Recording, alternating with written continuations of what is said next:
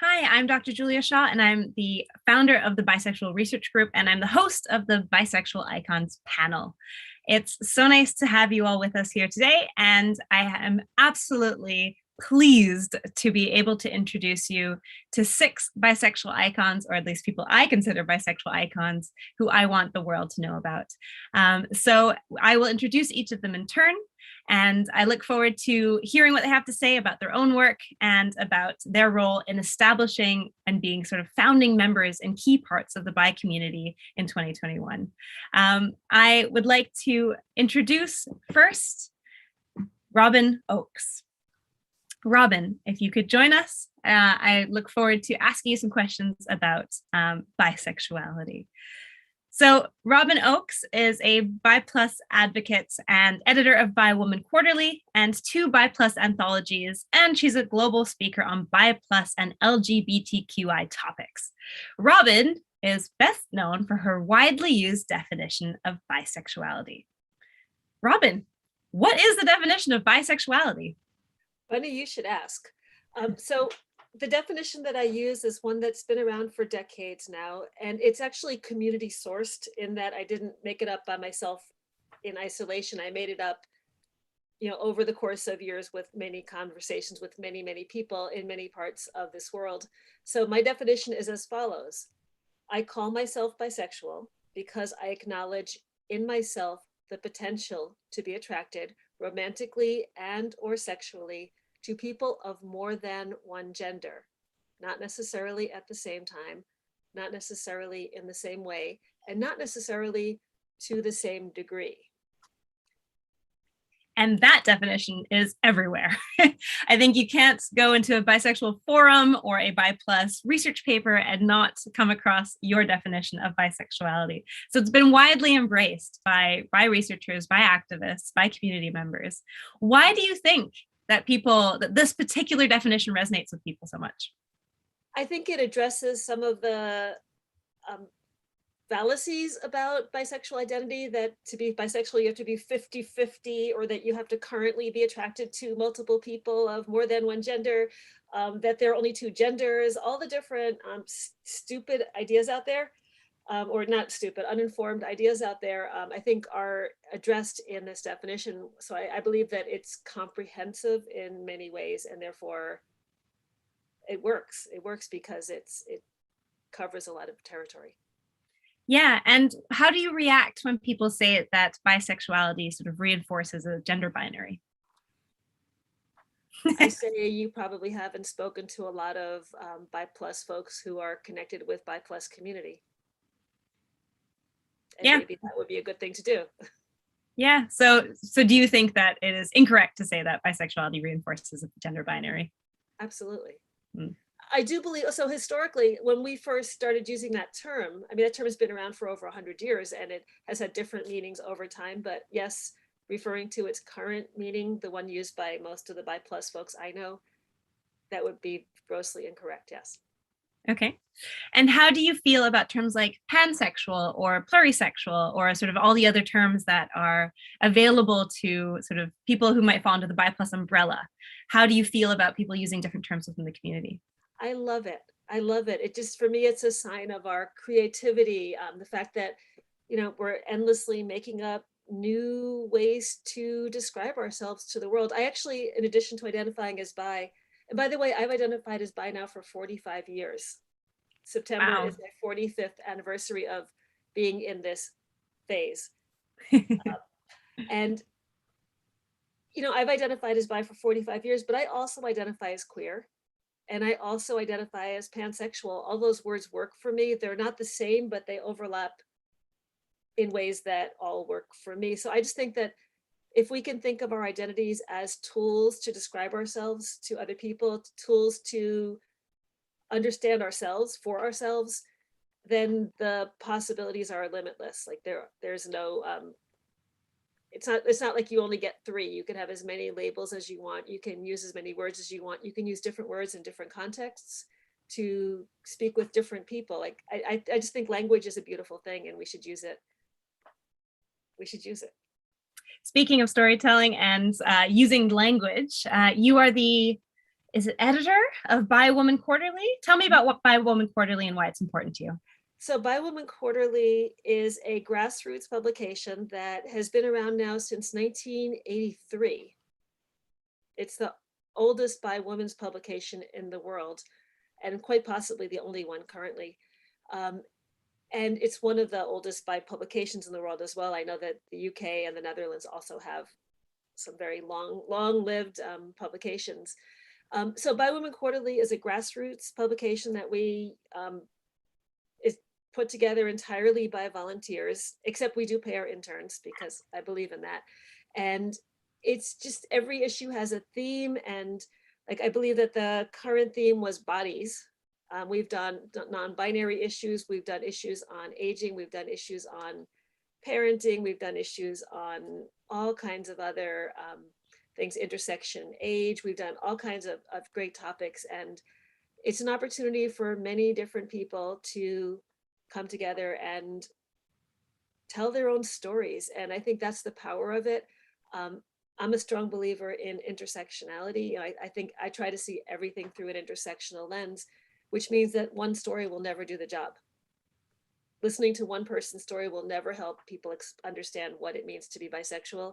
You need to have multiple stories from multiple people with multiple other identities. And if you read lots of stories and put them together in your imagination and just synthesize that together, they help us understand what bisexuality is. And I'm always very intentional in the publication to make sure that there's a wide range of voices, geographically, racially, age-wise, perspective-wise, trans and non-binary writers. And it's just a wonder. I'm so excited about the publication, and in part because it's operated on spit and bubble gum for so long. Like, it just operates on a budget of practically nothing, and somehow it's managed to persist and survive. So amazing. It's so nice to see publications that also last this long. And you've, as you said, you've been working in this field also for a very long time. And I mean, that's one of the reasons I think that you are a bi icon.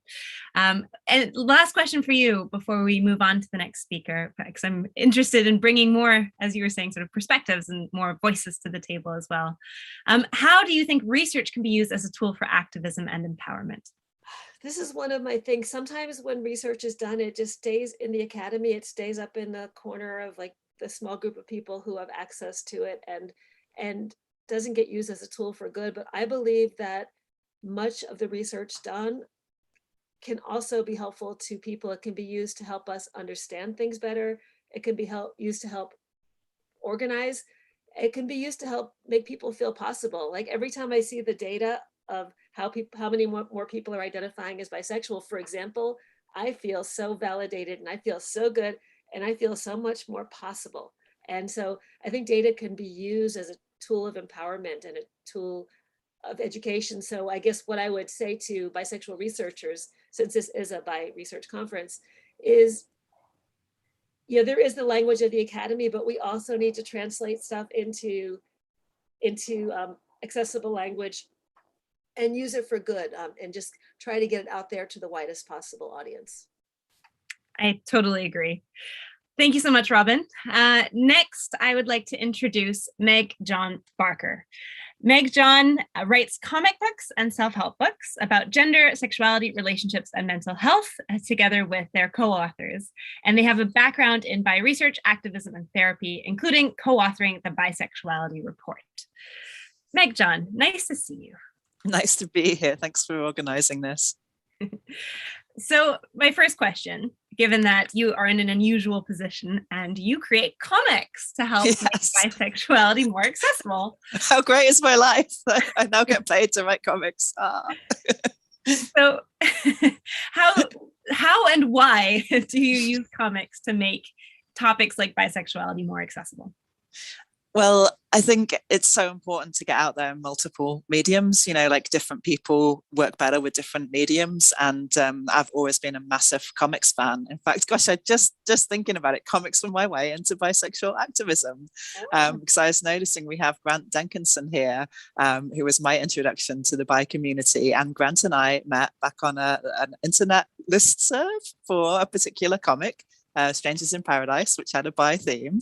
I think that was it, way back in the day. So comics were actually my way, and I've always been passionate about comics. And yeah, when I got the opportunity to write Queer Graphic History, which was the first comic book I co-authored with Jules Scheel, who does the illustrations, and then that did really well. We were very lucky, and now we've done one on gender, one on sexuality, and we're just starting one on mental health at the moment. So your background is in academia, though, right? Yeah. I'm a recovering academic. So how did you move, and why did you move from sort of more classic publishing to comics? Well, I always wanted to write self-help books, really. That was right from when I was a teenager. I was really struggling and looking sort of in the self-help section of the bookshop and trying to find things that would help me, and there was certainly very little covering gender, sexuality and relationships, but also, very little that felt helpful. So I kind of went to psychology and then sociology and then psychotherapy and activism and all of these places, and spirituality, and trying to find some answers. And I guess I always wanted to bring all of that together and put it into the self-help section. I didn't at that point think I could write comics about this stuff, because I saw comics as kind of fiction. But this Icon, who published my books particularly, have been really at the forefront of getting non-fiction comics out there. So, now non-fiction comics are a thing. So it's possible to get it out in comic form and self-help form. So really the comics for me, they're about getting these ideas out there and bringing a lot of voices together to try and show people that here's all the people that you could be reading on this, and here's like their ideas in a nutshell. And the self-help books are much more like, if you want to explore this stuff yourself, how does your sexuality work? How does your gender work? Then it's kind of taking you through that stuff. Yeah, I mean, I came across your work for the first time in San Francisco at Dog-Eared Books. Great! Wow, that's exciting. Right in the middle of the bookshop, big table. So you certainly have reached an international audience with these comics, and they break things down in a way that I haven't seen before, and they bring sort of an intellectual and academic rigor, if you will, but to to everybody. And so everybody can benefit from it. Thank you for that. So in terms of your work and the topics that you cover, so you identify as non-binary, right? Yeah.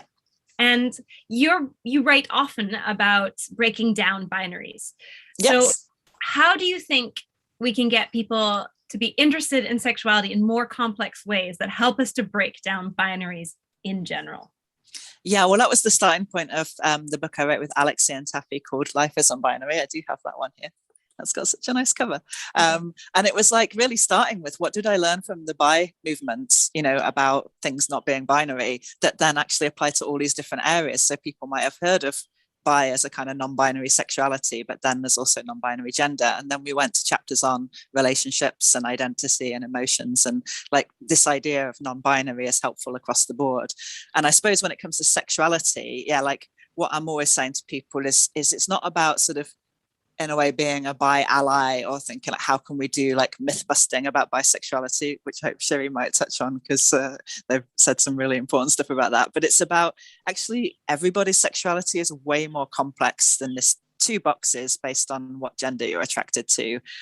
Like we have so many different aspects of our sexuality, including, how much sexual desire we have, how much romantic desire we have, and the ace and aro communities have been really important in highlighting this, but also, what kind of fantasies do we have? What kind of roles do we like taking in sex? Like what kind of touch do we like erotically or in nurturing ways? It's huge. And it all changes over time. The research is more and more finding that sexuality is fluid and changes over time. It's not these two fixed boxes. And so I'd really like, if people are wanting to know how they can be more of an ally to bi people, it's like, go away and examine your sexuality, realize how complex and ever changing it is, and then realizing that that's true for everybody, rather than having this sense of like, oh, there were two boxes, but now there's three, and that's all there is to it, right? Yeah, I think that's a really important piece to take out of this talk, is to sort of, we can all ask more questions about our sexuality, whether we're bi or not. Yeah. And so I guess in terms of language, I think sometimes people struggle with the idea that someone who is non-binary can be bisexual. Yeah. How does that Hi. make sense? Yeah, it does happen. No, I mean, I'm with Robin on that definition being very encompassing. Or the bisexual index, Marcus Morgan, I think, came up with this idea. You can understand bi as how did they put it? Like attraction to similar gender as me and different gender as me. So the bi kind of can work as a both if you kind of frame it in that way. There are multiple ways, but it's really about like, what does it mean to the person? Like we shouldn't be imposing our definitions on other people. If somebody says they're bi, then it certainly doesn't mean that they're discriminating around gender. And again, like Robin said, you just have to go to the bi plus communities and see how trans and non-binary inclusive they are to realize this is kind of a ridiculous point.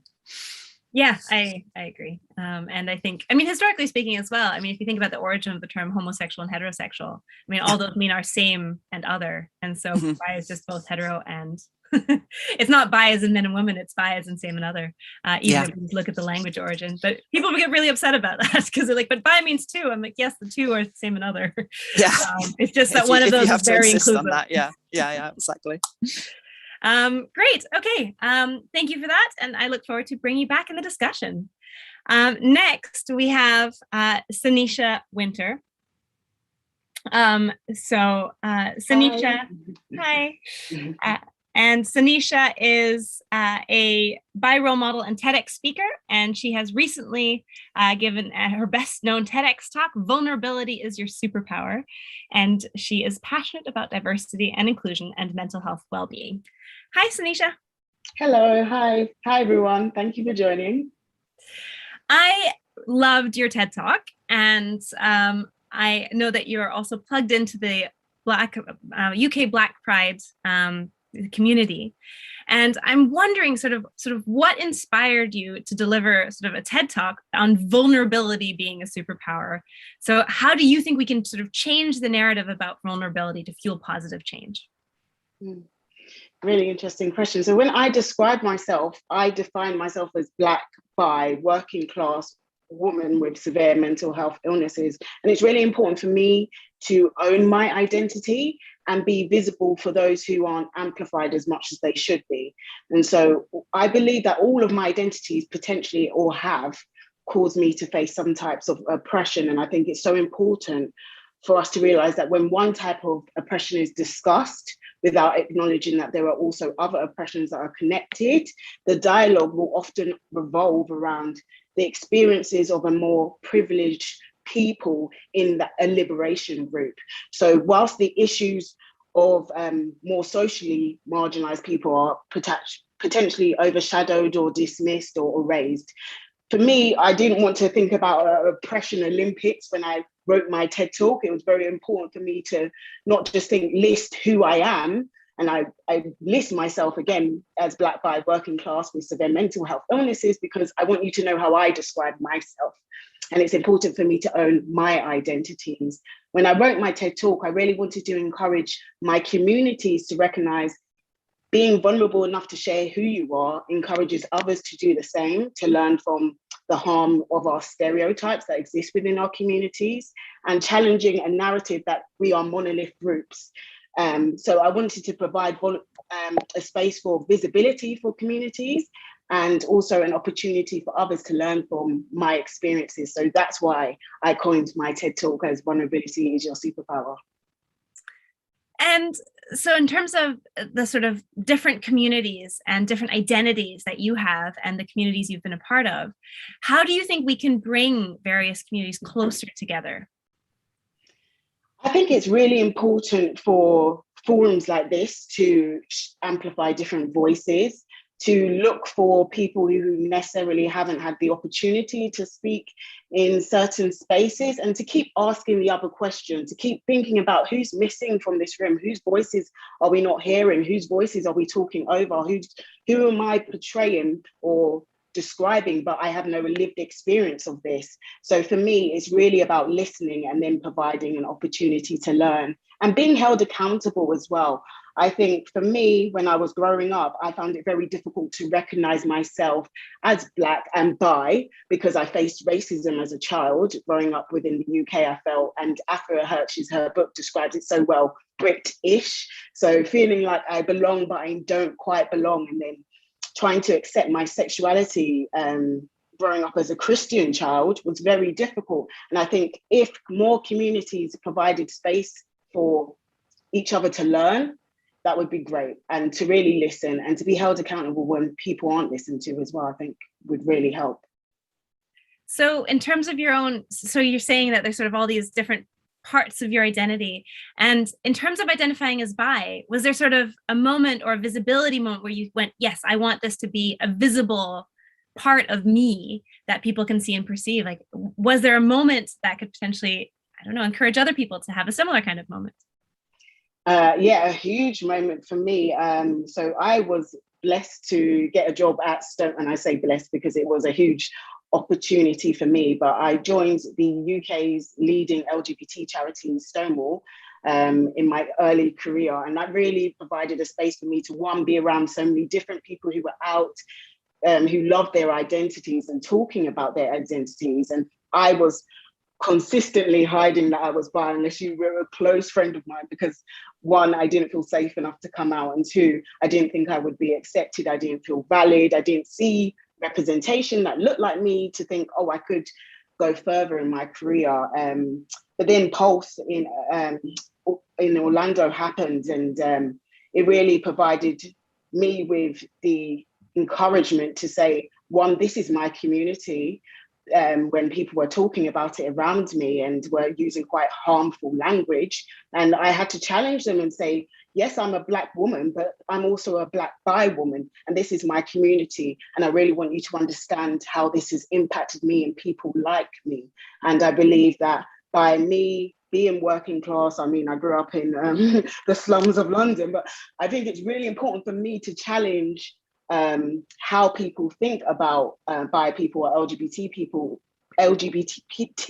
sorry, I've had so much paracetamol today, LGBT people in their faces. And really, I wanted to challenge the negative narratives placed on this community. And I felt like using my voice and being visible for my family members, being visible for children who are like me, who haven't ever seen anybody like me, talking about my identity, it really just made me think you can either be invisible or you can choose to step up as a role model. And I made a decision on that day. Fantastic. Well, I encourage everyone to view your talk, and I will bring you back to the conversation at the end of our discussion. Thank you.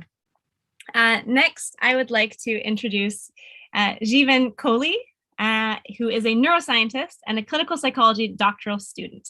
He's passionate about bi-visibility and LGBT plus advocacy in both scientific research and clinical practice, particularly with the intersection of other marginalized identities. So I'm looking forward to having a conversation also about bisexuality in STEM.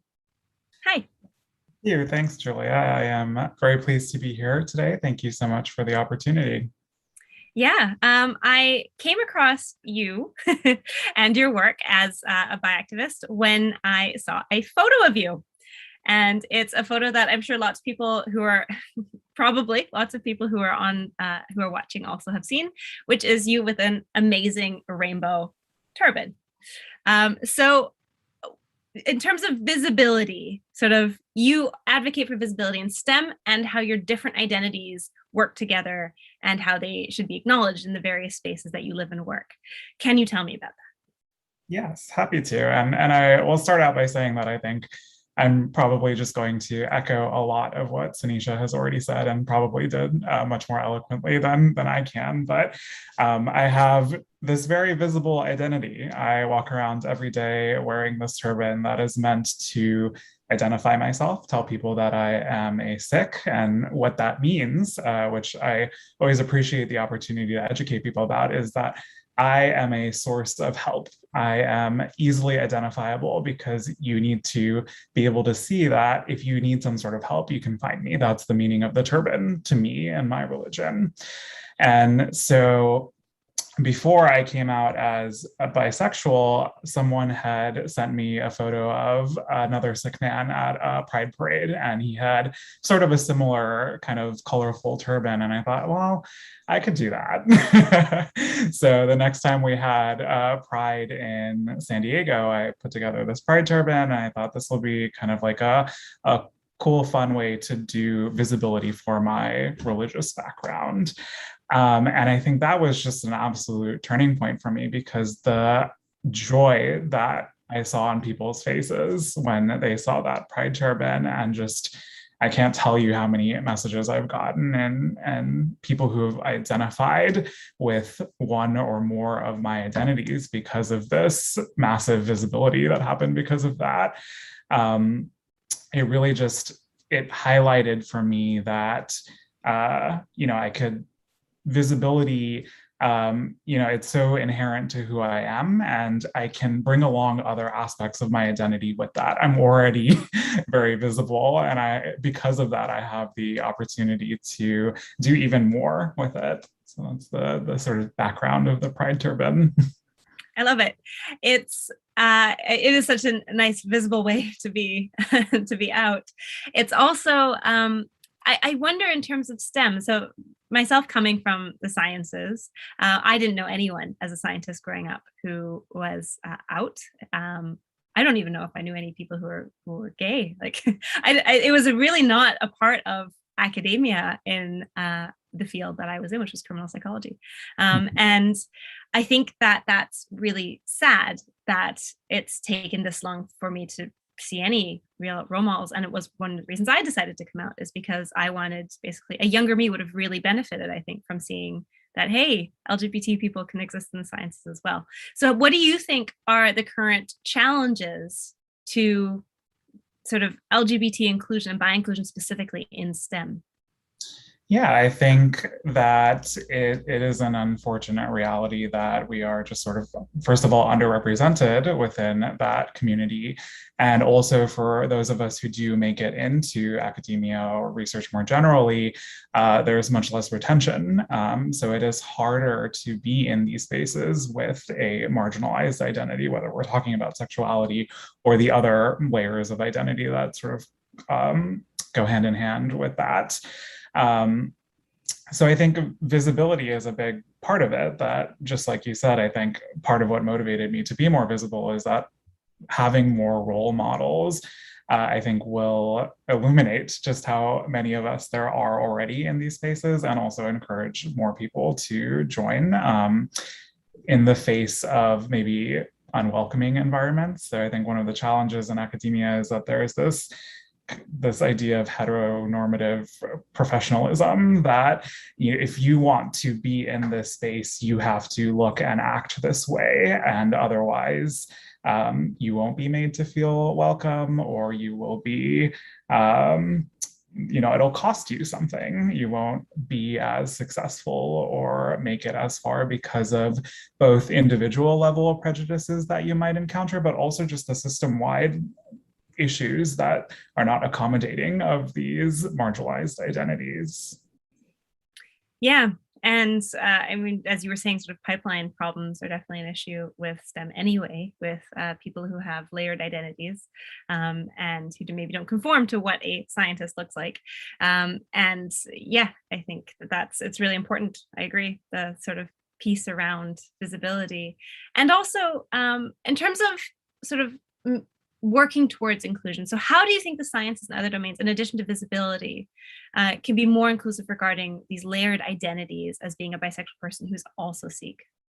Yeah, I think, I mean, we're scientists, and a lot of it starts at measurement. So a big issue that, I've sort of been aware of over the last few years is that there are organizations that don't even track these data. So we can't even say exactly how impacted people with these identities are. So I think that's part of where it starts. But also, as you start to do that, I think that we have to be especially careful about putting people in these boxes. So it certainly helps to know about issues of identity, but then you have to be really conscientious about how those identities interact with each other, and what might be leading to someone's marginalization within academia. So, it's not an easy problem to solve, but I think just starting at the kind of tracking and observing and actually collecting those data will help us get a sense of how better to support people.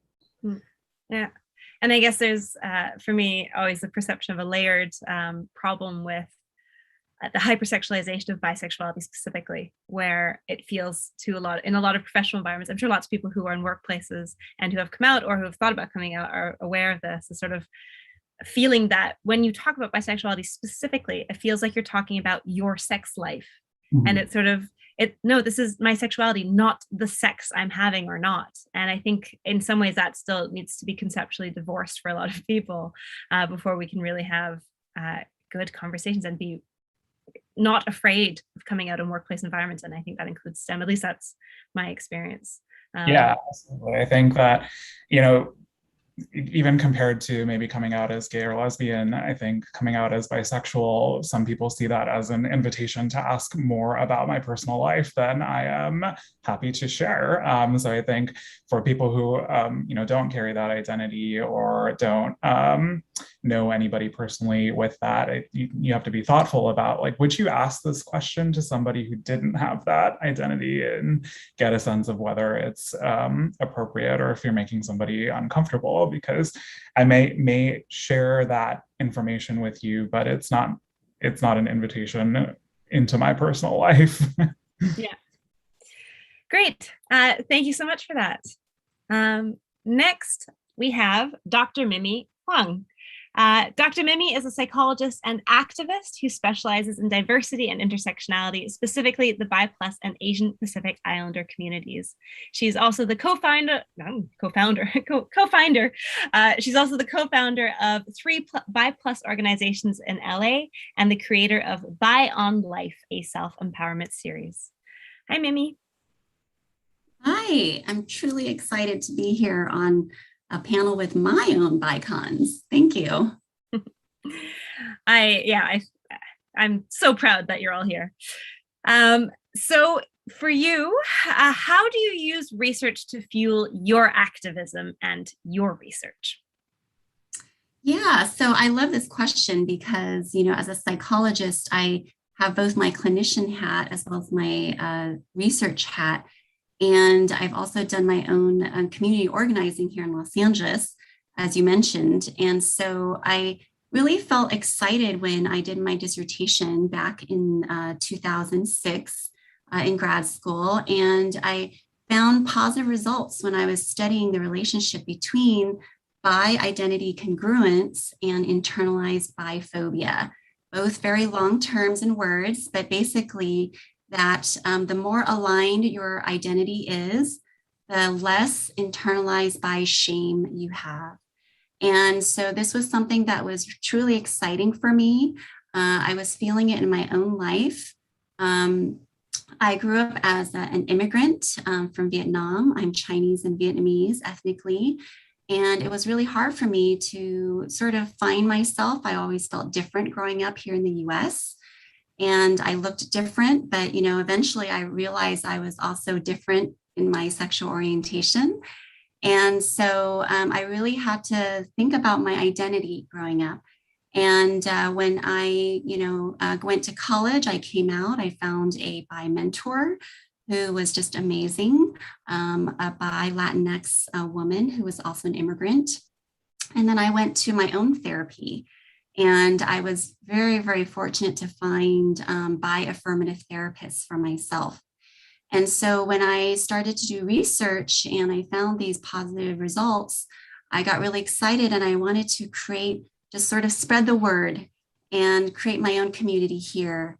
And, as someone who grew up in an Asian American culture where family and collectivism are really important. I know they're not really very Western ideas, individualism, but the idea of really finding a group, a village, that's what really fueled my community activism.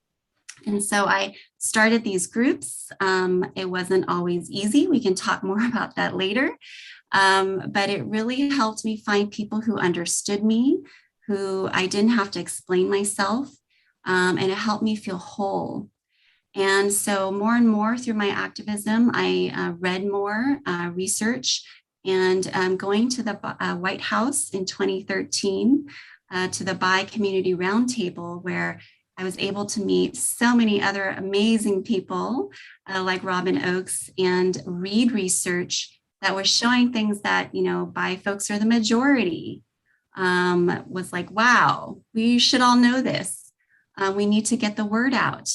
And also that there's mental health disparities, which was a sadder thing, but I really wanted to go back to my community in Los Angeles and spread the word on that and start to train other therapists to work with and support Bi people so that we can really tackle these mental health issues. And that's also where eventually I developed my self-empowerment series, Bi on Life, because to me, the opposite of Bi internalized shame is Bi pride and Bi esteem.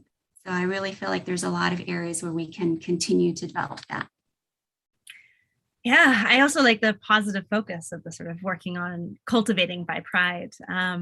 In terms of mental health, I think this is probably one of the areas, certainly that, as far as I can see in the literature, that receives a lot of attention when it comes to Bi research. It's Bi mental health. And often it's a pretty bleak picture. So what do you think people should know about bisexual mental health, both in terms of health disparities that you already alluded to, and in terms of positives that can help people if they're struggling? Yeah, well, I think mental health, obviously, it's not an easy subject. It's complex, and I think it's different for each person. But sometimes not knowing who you are, not having the words or the language, that can really affect your mental health. I've spoken to so many people where before they came out, they were dealing with depression, anxiety, substance abuse issues. And then after they came out, a lot of that lifted because they realized who they were and they were able to put their experiences into some understandable, way of understanding themselves. And so that is something that I think is really important. And then learning how to cope with biphobia that's in your life. Because just because you come out doesn't mean everything is roses, as all of us activists here probably know, right? Then you start to encounter other issues. And, developing that ability to cope with and hopefully even create change is going to impact mental health. So I really believe that your own wellness is also related to activism, right? Because we can't be well in a world that is dysfunctional and in a world that really marginalizes those of us that don't fit in. And so we really need to go out there and help create change. And so I guess in terms of creating environments where that kind of change and maybe self-exploration and self-identity is possible, I wonder if that's what's partly motivated you to create these 3Bi+ communities as safe places for people to do that. Absolutely. I've never done anything alone. I've always collaborated with other people. I couldn't have done what I've done without having partners in crime, and reading amazing books like from Robin and Sherry, and learning from other psychologists and other researchers. And so I have always, stood on the shoulders of many other amazing Bi folks. And so I think having a community really nourishes me and nourishes others, and through these groups, I've met people who have driven 2 hours to come to a meeting because it was that important to them to meet people, to feel understood, to feel mirrored. And I have cultivated a Bi affirmative therapist referral list over here in Southern California, and I get inquiries all the time, so I think really starting to collaborate and reach out to people, having a conference like this, where we're sharing ideas and information, that's going to help, the community lift ourselves up. So you speak a lot about bioaffirmative therapy. I'm sure that's a new term for some people. What exactly is it? And as I understand it, you also train therapists to be more bioaffirmative themselves. Is that right? Yes, I do. So bioaffirmative therapy is, one part of LGBTQ affirmative therapy, which has been around. And that's where your therapist is not just being like LGBT friendly, where it's like, yeah, I'll work with a client who's, LGBTQ, but you're actually actively acknowledging the oppressions in their life. And you're actively working to help lift that person up because you recognize the powers and privileges and marginalization in that person's life. And so it's like the difference between being non-racist versus anti-racist. So a therapist who is affirmative is really anti-biphobia, anti-homophobia, transphobia, queerphobia. And so I've developed my own way, again, standing on many shoulders of other veteran therapists that I've learned from, as a way to teach other therapists to help lift up and highlight those issues of internalized biphobia, shame, trauma that have happened in many bi people's lives, and hopefully, help them reach their true potential. What a wonderful term to end on, reaching your full potential.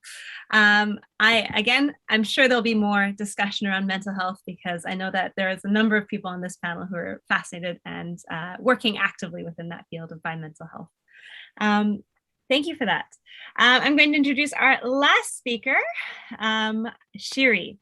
Shiri will be known to many of you as well because Shiri Eisner's book, Notes for a Bisexual Revolution, is probably one of the first things that comes up when you type in the word bisexual into any search for books.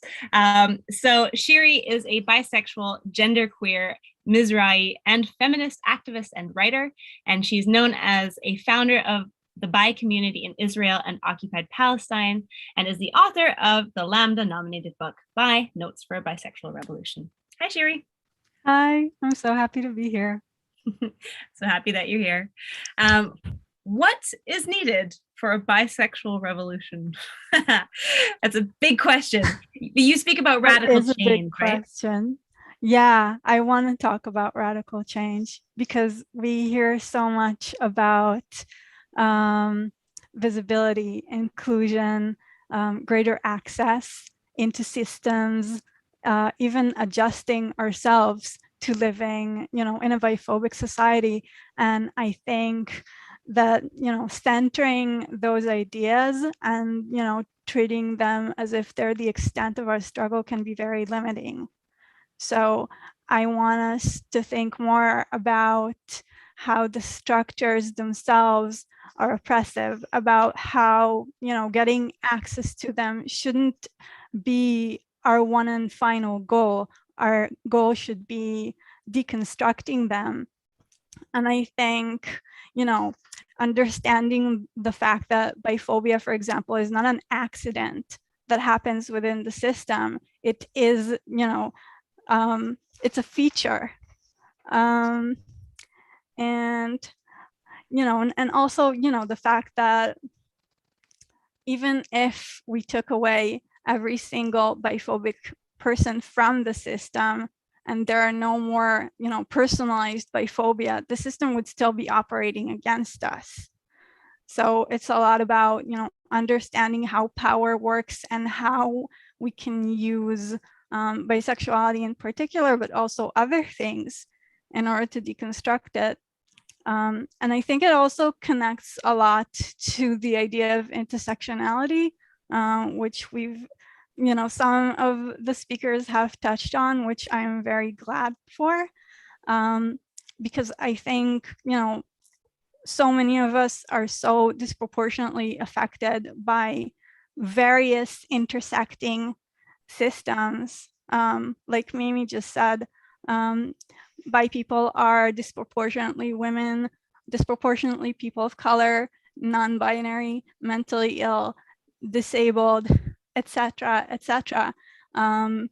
And, all of those things really make it clear to us, the multiplicity of oppressive systems that we have to live under, and the way, the fact that the way to liberate everyone is to go for all of them. I like how this view complements. I feel like there's this sort of mental health perspective, which is that's sort of the tradition that I come from as a psychologist, right? It's a sort of individualistic perspective of like, what can I do to have a better life, to have sort of better well-being? And then your perspective, sort of the other side of that, what can the system, or what does the system need to do to make it so that we can have better lives as bisexual people? And I think it's important to keep both of those in mind, so that it's not constantly, right, the oppressed is basically trying to adjust to an oppressive system, but it's also challenging the system itself. So I'm always very grateful for when your work is brought up, because I think that's exactly what your book also does. Mm-hmm. So you also speak about grassroots activism. So why do you think grassroots activism is so important for a positive bi future? So I see a lot of bi organizing that feels like it has to go through LGBT organizations, and things like budgets and inclusion within, again, it's the inclusion within the existing system. And I think in many ways that can be a huge barrier. I see activism, and grassroots activism in particular, as a way to bring resources directly into the community. So we don't have to go through these additional barriers, like, get into these organizations, get into the funding and the money. We can just, take it into our own hands and care for our own. Okay, so in terms of sort of, if someone's listening right now and says, I want to do grassroots activism, is there something you would point them towards in terms of an example of how that's worked well? That's interesting, because I don't know of many models of that kind of activism within bi communities, but I do know about a lot of bi people who do this kind of activism. Okay. So I'll give a personal example. I have a Facebook group for queer barters, where people literally get, physical material or other resources directly from each other, which is, I think it goes straight to where we need it the most, because we are so often barred from accessing, sometimes physical objects, sometimes knowledge or information, sometimes it's help, physical help, sometimes it's food, sometimes it's, just having someone to talk to. And, the way I would like to see more bi activism work is by, figuring out, okay, what do people in my community need the most, and how do I get this resource directly to them? Okay, and so you're sort of saying that could be anyone who takes that into their own hands, potentially. Absolutely, because you don't need a budget to do it. You just need, to have a community with people who want to help each other. Okay, and in terms of communities, how do you think is the best way for people to find communities? Because you've been part of various communities over the course of your life. What do you think is a good way for people to get involved in bi communities? Again, I would go grassroots, because when I started doing bisexual activism, there wasn't actually a cohesive bi community here in Israel. So, I just started organizing my own stuff, just inviting people to events. And, that is what I would recommend beginner activists to do, to just like pick a few people around them who they know would like to do the same kind of thing, and just like get them together in the same room. Things will happen. Fantastic. Yeah, I agree. And I think Robin, I'm going to open this up now to the whole panel. Robin has also spoken about being a baby activist, I think is what you said, in terms of what you used to do at the beginning. Yeah, I mean, I've never been involved. I don't, first of all, I don't think there is a Bi Inc. the way that there is an LGBTQ Inc. I think that most Bi organizing is grassroots. You know, Bi Women Quarterly, for example, just started as a 2-page little newsletter, and you know, morphed and grew. Our annual budget is tiny. We support ourselves through individual donations and an Etsy shop that I set up called Byproducts. And because Bi people get the best puns, I just want to say that.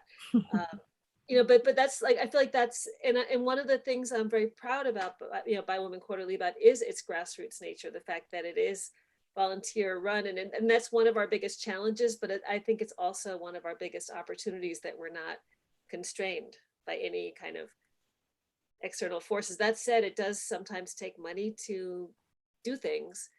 And so I just want to encourage everybody who has some to donate it to people who are doing stuff, whether it be organizations or individuals, or just, you know, your local little support group. Because I think that we do need to step up and do that as well.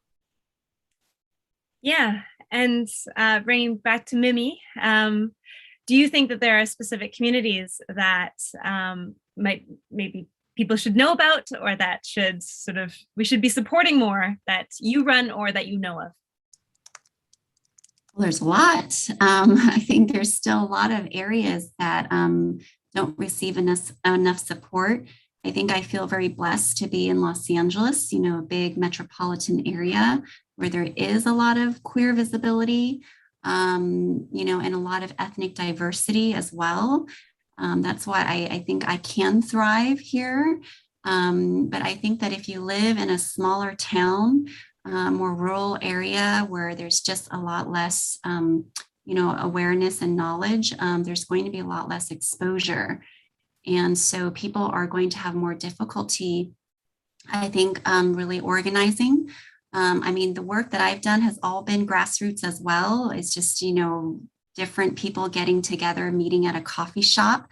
This was in the late 90s, before we really had, you know, social media and all that. And so we created flyers, and we posted in different areas that we thought were Bi friendly, you know, around the area. And, you know, little by little, we started to use different web platforms. And one of my groups I started is AMBI, the Los Angeles Bisocial Community, which has now grown to many chapters in different cities and states in the US.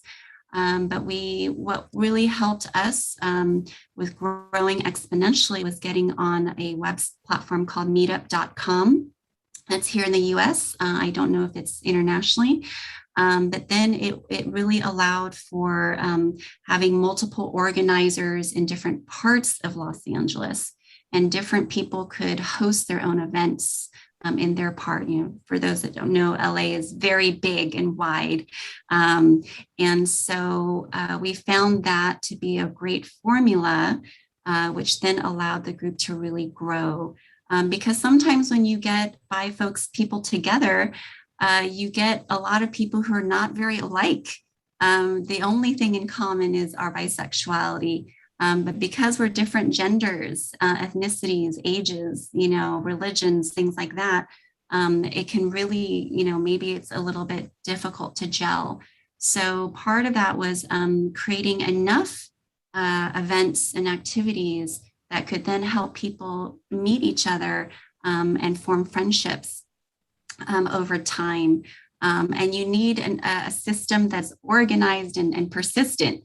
And luckily, I'm very patient as a person. And I think that really helped me weather all the ups and downs of Bi organizing. Later, I helped to co-found the Los Angeles Bi Task Force, which is a nonprofit, a 501c3 here. And we really were looking at other orgs that were around, the Bisexual Resource Center in Boston, and trying to kind of, you know, do similar things. And, you know, we have a board, again, it's all volunteer run. We have a shoestring budget. It's really donations and things like that. We just try to find a formula that works and people that you can trust, while also weathering like biphobia and, each person's own mental health issues. There's stresses and issues and things like that with being an activist. It can really, wear you out. You can get burnout. So I think that that's also something to be, mindful of, is that self-care. Speaking of communities in sort of different parts of the world, we've now got sort of some insights from also Israel and Palestine, and Mimi in Los Angeles and the US. Sanisha, in terms of the UK, I know Meetup, you asked if Meetup is a thing. It is a thing here as well. Sanisha, what would you say in terms of getting plugged into bi communities in the UK? So for London, and I've just dropped a link in the chat for everyone, but there's the London Bisexual Network that I'm proud to be a role model of, but I think it's a really great organization with a lot of working with not only just workplaces, but also communities. I think I identify as Black, so I think I really get involved in UK Black Pride. I think it's really important to insert and be an ally to UK Black Pride because of the lack of resource that they get. And so I think it's really important for bi people to be visible in that space as well and not just be siloed into bi groups solely. And I'm sure Meg John will have way more examples of bi organizations that are across the UK too. But for London based, the London Bisexual Network is really great. Okay. And do you feel that, so I've spoken with some people who have, well, and in fact, there's BICON, there's a big post on BICON, which basically says, well, where they're saying BICON is racist about themselves. Do you think that how could we be better allies to make spaces more inclusive? Because I think there's a known problem, basically, that bi groups are often very white spaces. Do you have any advice? That's quite a difficult question. I think it's always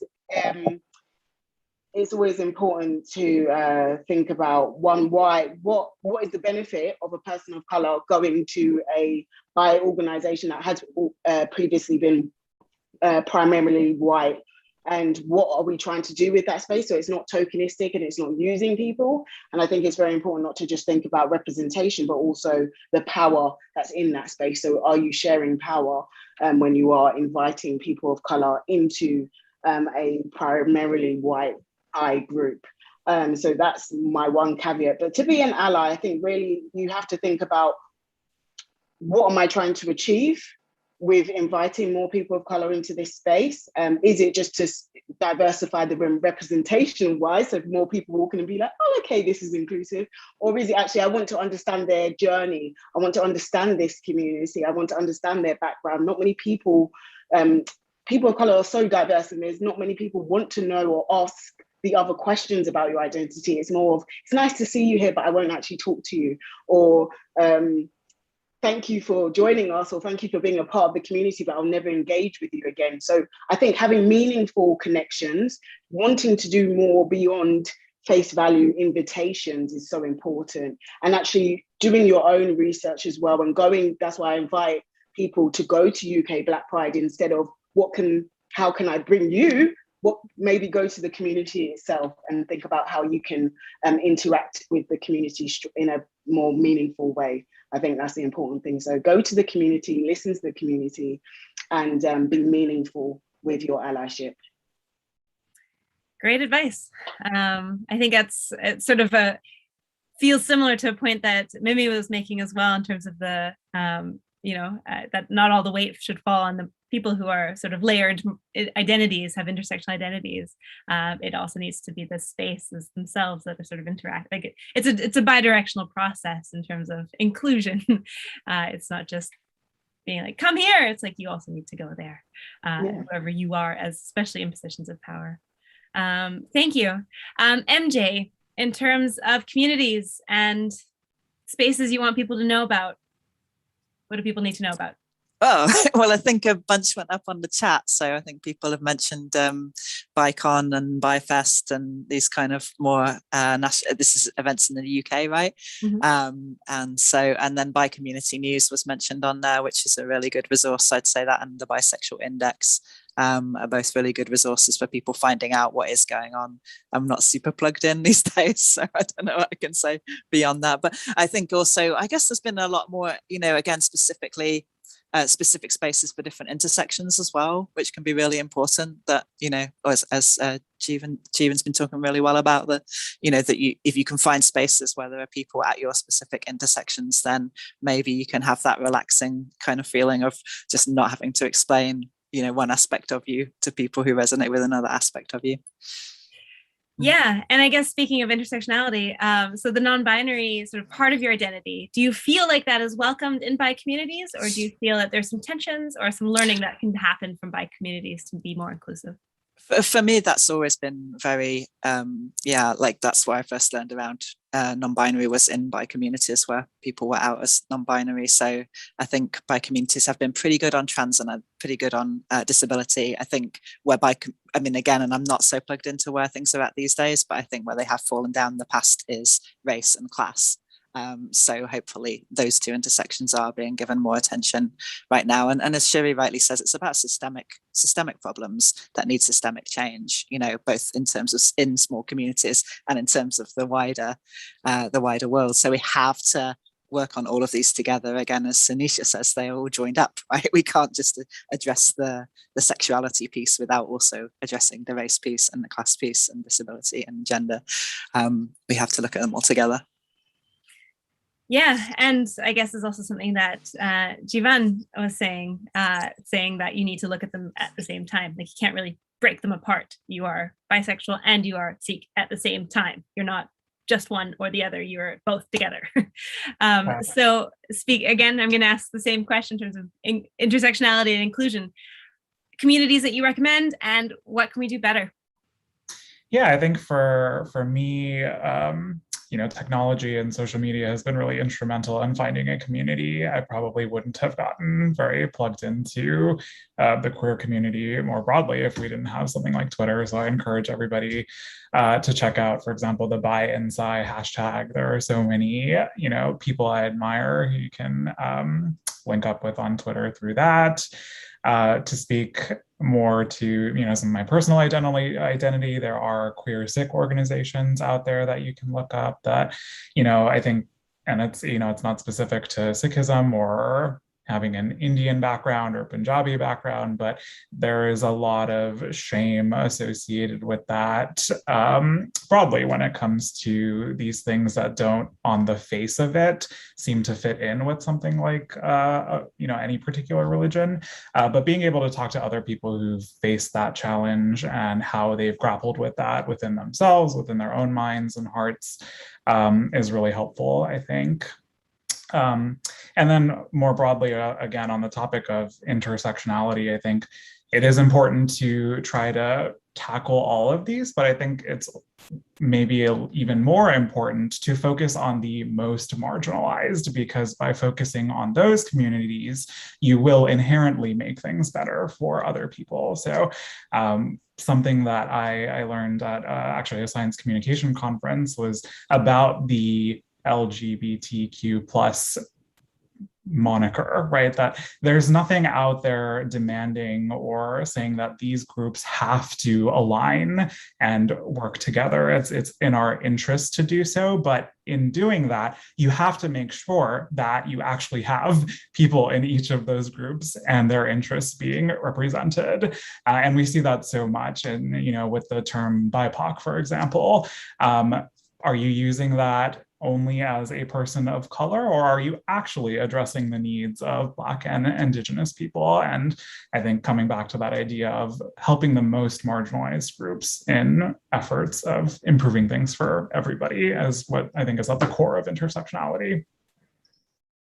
Nice. Robin, yeah.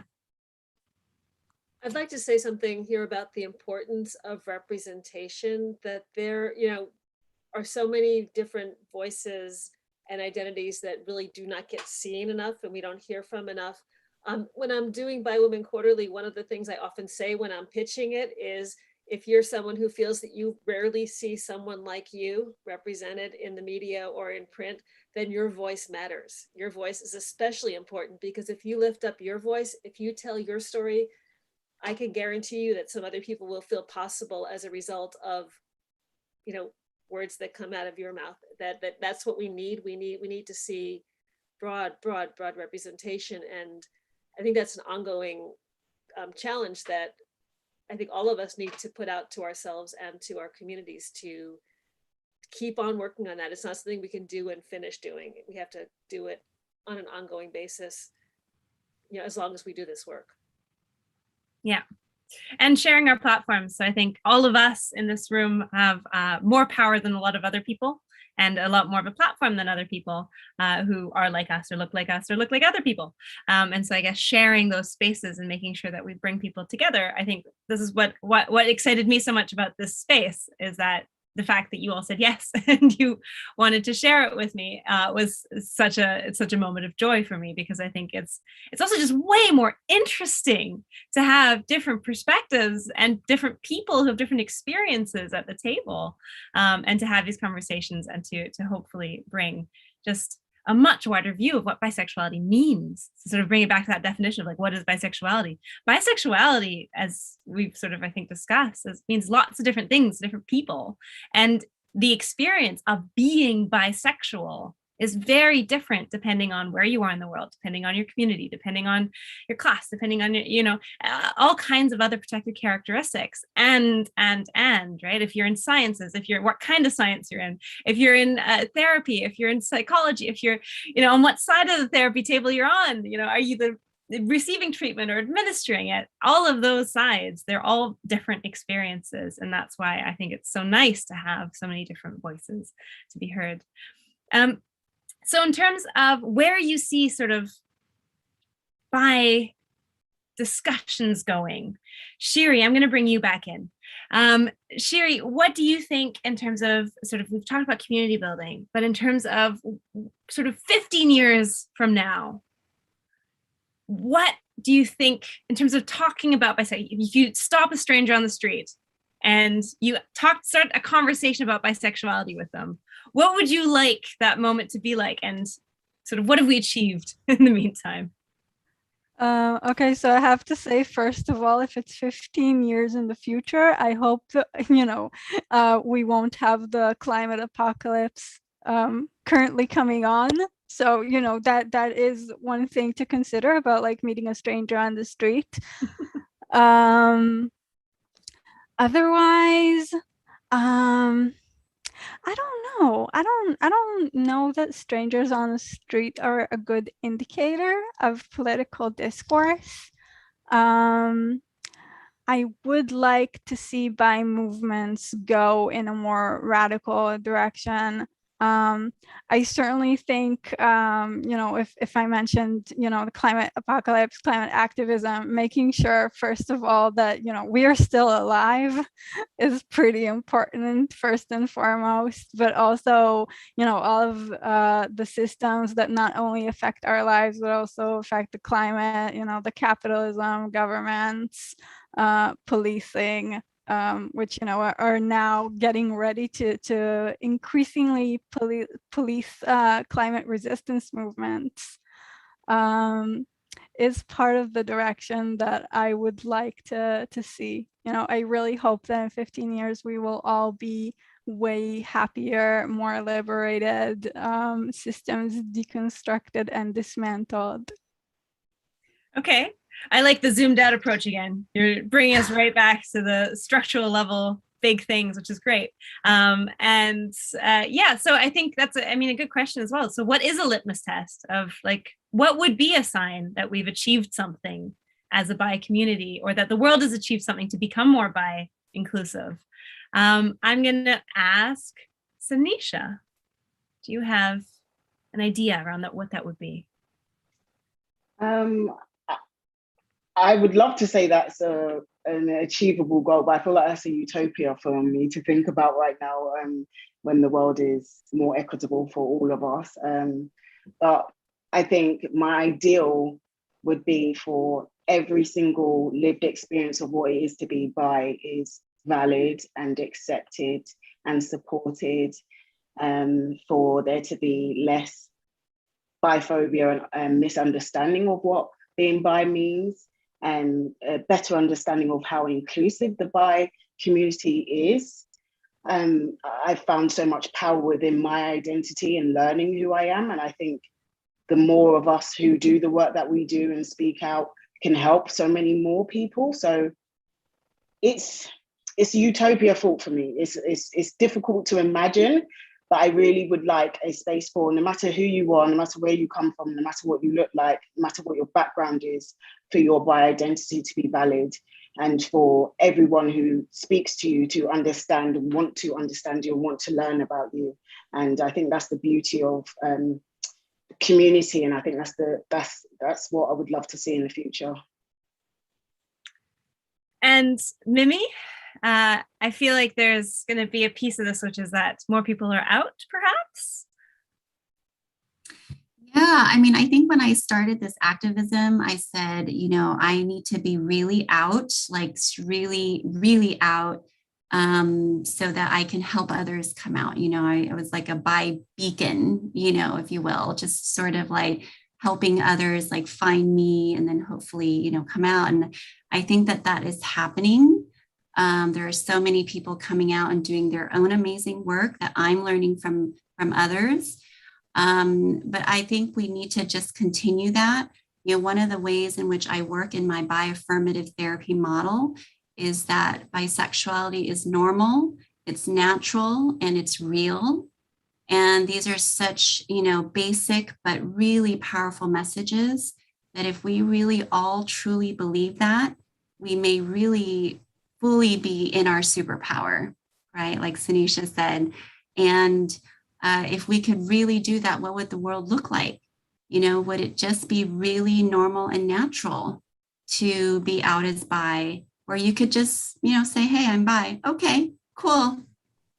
You know, to that stranger on the street or, you know, a person in your family.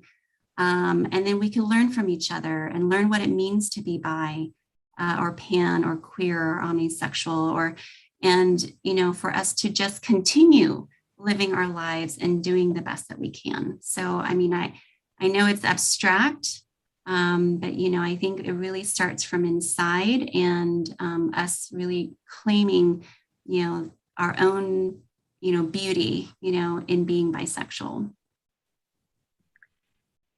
Jeevan, what do you think? I mean, I echo everything that was just said. And I think for me, thinking about what I would like to see in the future on a more kind of individual basis, I think I would like people to have more freedom to explore the multifaceted and dynamic aspects of their identities in a safe and comfortable way. Because these aren't easy things to figure out. I think it would be really nice to have more people come out. But I think even if we got rid of a lot of the biphobia and structural issues, it wouldn't necessarily make it a kind of easy process for everyone. So I think for me, if there was a kind of smaller change we could have for individuals, I think I'd just like to see more spaces and time devoted to helping people sort these things out for themselves. Yeah, I guess there's a piece there as well where I'm reminded of what, with all of you saying, sort of, it would be nice to have sort of more inclusion, right? And more diversion, the diversity and inclusion within bi sort of identities and how we understand bisexuality, and then sort of a more affirmative response when someone comes out as bi, for example, which also then leads to potentially more people coming out as bi. But I guess what you're saying is also, I think, important that, well, for one, some people might never label their sexuality, and I guess tying it in with Shiri's work, sort of deconstructing the system, and also Meg John's work about sort of binary, breaking out of binaries and breaking out of these heteronormative assumptions that we have about how sex and relationship and sexualities needs to be, that we, you know, it's challenging that and asking more questions, helping everyone ask more questions is going to make the world more inclusive, I think, for bisexual people, whether they identify that way or they are behaviorally bisexual. And so I think that there is a piece there also of even the fact that we still use the term that people come out of the closet, and that bisexual people and people who are LGBT plus need to announce the fact that they're not heteronormative. Heterosexual people don't do that. And so in some ways, it's also reinforcing the narrative of the closet, right? Of this idea that, well, you're default heterosexual until you say otherwise. And that is a real shame. And I kind of wish that there was a move towards either not assuming that someone's straight, so just saying, I'm going to not assume, I'm just going to be neutral about your sexuality until you tell me, basically, or we have a conversation about it. Or sort of the other side would be, or everybody comes out at some point. It's like you reach a certain age and it's like, well, what are you right now? And then 10 years later, well, what are you right now? And then another 10 years later. I'm joking, of course, that's not what I actually want, but it also allowing for flexibility, because as much as we've sort of joked, and Robin at the very beginning said, it's been a very long phase of 45 years. It for some people it is a phase, and that's okay to have a period of time when you identify as bi, and then to later not identify that way. That is entirely fair. And so I think what you're saying, I like about making sure that we have more room for people to talk about these things and to think about these things within bisexuality as well. Jivan. Rounding it off, we're going to come to a close. So where can people find you? I'm going to go around the virtual room once, and you can list where people can find you just one more time, and any sort of particular things you want people to be aware of and or follow. Let's start with MJ. You caught me going. Rewritingtherules.com, which I think somebody put up. And I just wanted to make sure I did a shout out for this book, which is now back to front, isn't it? But Lois Shearing's new book, by the way, is a really nice one for younger people or people who don't know much about these areas. So yeah, like if you go to rewritingtherules.com, you'll see all my books and resources, but also, do have a look at that. And actually a lot of the books that are coming out of Jessica Kingsley at the moment, dealing with sexuality and gender diversity and the intersections with all kinds of other areas. We're definitely worth a look. Thank you. Sanisha, where can people find you? You can find me on all social medias, Twitter and Instagram, LinkedIn, with Sanisha Winter, and I'm always exploring mental health, BPD, borderline personality disorder, and how that experience has affected me being bi and finding my sense of self. So come on the journey with me. I'd love to connect with you all.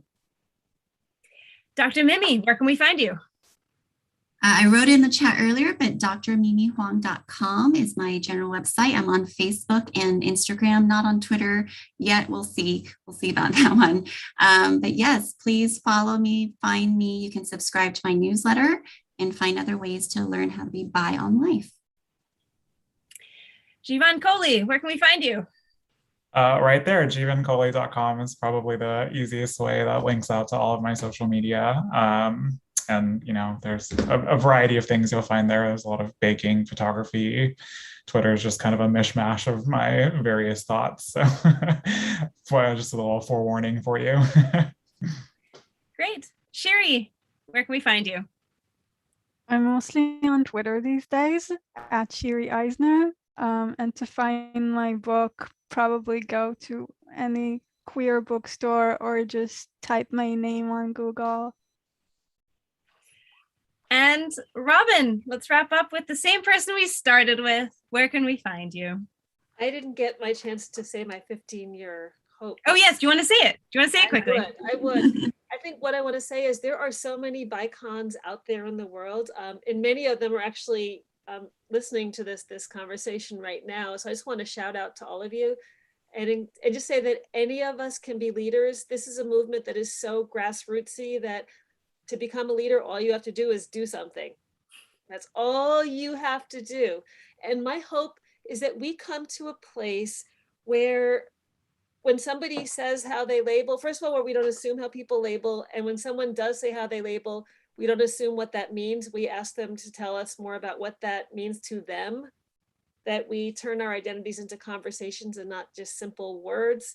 And that hopefully one day, we don't make assumptions about people's relationship status or sexual orientation label or anything else, And I also hope that someday being bisexual is just kind of like being left-handed, where it's an interesting detail about who we are and not like a major, earthquake of information. So that's where I want to get to. And everything that all the other panelists said, I just adore all of you. And thank you so much for this. And you can find me at robinoakes.com. I think most of my information is at robinoakes.com/linktree. That's links to all of my different social media accounts and my website and everything else. Great. So thank you to all of you. You can find me at Dr. Julia Shaw on Instagram and on Twitter. And my website is the same as well. I'm very consistent. And thank you to everyone who came. Thank you to everyone who's listening. Follow all of these lovely human beings. Follow all the organizations that they've talked about. Get involved. Anyone can be a bisexual icon. Anyone can be an activist. Even if it's late at night in bed and you're tweeting things, it doesn't need to be an expensive endeavor. It can be something small, and it's still meaningful. I'm going to sign off with, I'm Julia, and I love being bisexual. And thank you all for coming. Bye.